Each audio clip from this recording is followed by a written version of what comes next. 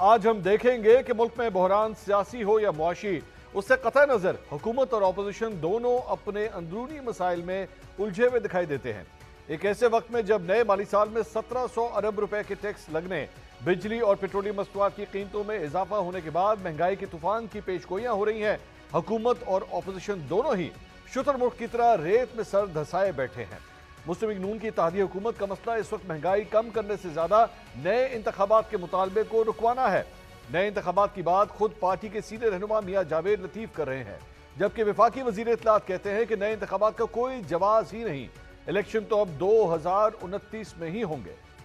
کیا مسلم لیگ نون کی قیادت تیار ہے ری الیکشن کے لیے؟ آج بھی یہ بات کہہ رہا ہوں کہ دو چیزیں قوم کے سامنے رکھ دیں اور الیکشن کروا دیں۔ سامنے یہ چیزیں رکھیں جس کو جنرل باجوہ پلے بوائے کہتے تھے، وہ پلے بوائے کو صادق اور امین کا سرٹیفکیٹ دینا کیوں ضرورت تھی؟ انتخابات ہیں وہ 2029 میں مقررہ وقت پر ہوں گے، الیکشن ٹرائبیونل موجود ہیں، عدالتیں موجود ہیں، جس کو کوئی گریونس ہے وہ عدالتوں میں جا سکتے ہیں۔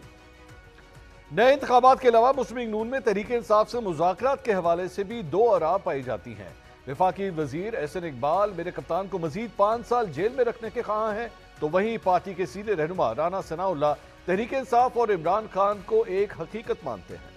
گرینڈ علاقے کے لیے ماحول کو سازگار بنانے کے لیے اس پہ سوچا جا سکتا ہے؟ سوچا نہیں جا سکتا، اس کے علاوہ کوئی آپشن نہیں ہے۔ P M L N leader Mian Nawaz شریف اس بات کے لیے تیار، پی ٹی آئی بھی ایک حقیقت ہے، عمران خان صاحب بھی ایک حقیقت ہے۔ عمران خان صاحب کو سوچنا چاہیے، ان کی سیاست اتنی انتشار اور فساد کے ساتھ سائنونیمس یا نتی ہو گئی ہے کہ لوگ آ کر ہمیں یہ کہتے ہیں کہ جناب اگر یہ ملک کو چلانا ہے، اگر پاکستان نے ترقی کرنی ہے یا استحکام رکھنا ہے تو خدا کے لیے اس بندے کو 5 سال کے جیل میں رکھیں۔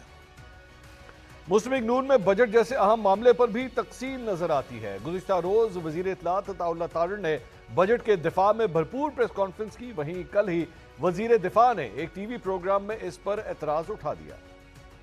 1991 میں میاں نواز شریف نے کہا کہ ایکسپورٹر جو ہے وہ 0.5 یعنی ½ جو ہے وہ ٹیکس دیں جب ان کی پروسیڈز آئیں بینک کے اندر ٹوٹل پہ، اور اس کے بعد انکم ٹیکس والے ان سے نہیں پوچھیں۔ بعد میں نیگوشیٹ ہوا، 0.75 ہو گیا، 1% ہو گیا۔ اب ایکسپورٹر حضرات جو ہے 1.5% تک جانے کو تیار تھے، یعنی کہ 50% اس کو انکریز کرنے کو تیار تھے، لیکن اتنا گورنمنٹ کے اوپر پریشر تھا IMF کا، ان لوگوں کو بھیڑیوں کے آگے تو انہوں نے ڈالے نا۔ ناظرین، مسلم لیگ نون کے انٹرا پارٹی الیکشن 28 مئی کو ہوئے تھے، جس کے بعد سابق وزیر اعظم نواز شریف ایک بار پھر پارٹی کے صدر منتخب ہوئے، لیکن 1 ماہ گزرنے کے بعد بھی پارٹی کے سیکرٹری جنرل اور نائب صدور کے عہدے خالی ہیں۔ خبریں یہ آ رہی ہیں کہ احسن اقبال کے عہدہ چھوڑنے کے بعد خواجہ سعد رفیق پارٹی کے سیکرٹری جنرل بننے کے لیے نہ ہاں کر رہے ہیں اور نہ انکار۔ دوسری جانب ملک کی سب سے بڑی اپوزیشن پارٹی تحریک انصاف بھی عوامی مسائل کے بجائے اپنے اندرونی مسائل میں الجھی ہوئی ہے۔ پارٹی میں واپس کون آئے گا کون نہیں، اس بحث کی گونج اڈیالہ جیل میں قید میرے کپتان تک پہنچ گئی ہے۔ میرے کپتان نے اختلافات کا شکار پارٹی کے دونوں گروپوں کو جمعرات کو طلب کر لیا ہے۔ پارٹی سے باہر بیٹھے میرے کپتان کے سابق کھلاڑی موجودہ کھلاڑیوں پر الزام لگا رہے ہیں کہ وہ میرے کپتان کی رہائی میں سنجیدہ نہیں۔ جو تحریک انصاف کی اس وقت کی جو لیڈرشپ ہے، یہ وہ چوہے ہیں جنہوں نے کہ اس وقت آ کے تحریک انصاف کو اندر سے کھانا شروع کر دیا۔ فیصد چانس نہیں ہے کہ یہ جو موجودہ لیڈرشپ ہے یہ عمران خان کو باہر لا سکے۔ اس لیڈرشپ کے ہوتے ہوئے 1% مجھے کوئی کامیابی کا احساس نہیں لگ رہا۔ پارٹی کے ساتھ کون وفادار اور کون غدار کی بحث میں تحریک انصاف عوامی مسائل پر آواز اٹھانا بھول چکی ہے۔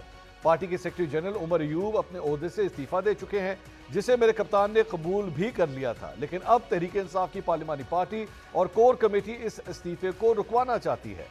ناظرین، حکومت ہو یا اپوزیشن، کیا دونوں کو آنے والے دنوں میں ملک کی سیاسی اور معاشی مشکلات کا اندازہ بھی ہے؟ پیٹرولیم مصنوعات کی قیمتیں بڑھ چکی ہیں، عوام بجلی کے بل ہاتھ میں لیے سڑکوں پر آ چکے ہیں۔ ایک عام تاثر تو یہی ہے کہ مسلم لیگ نون اور تحریک انصاف کے اندر سب کچھ اچھا نہیں چل رہا۔ اس ساری صورتحال پر آج ہم 6 سوال پوچھتے ہیں۔ سوال نمبر 1، اقوام متحدہ کے ورکنگ گروپ نے عمران خان کی رہائی کا مطالبہ کیا ہے۔ اس سے پہلے امریکی کانگریس میں ایک قرارداد منظور ہوئی، یہ سارا بیرونی دباؤ پاکستان کی حکومت پر چین کے دورے کے بعد کیوں پڑ رہا ہے؟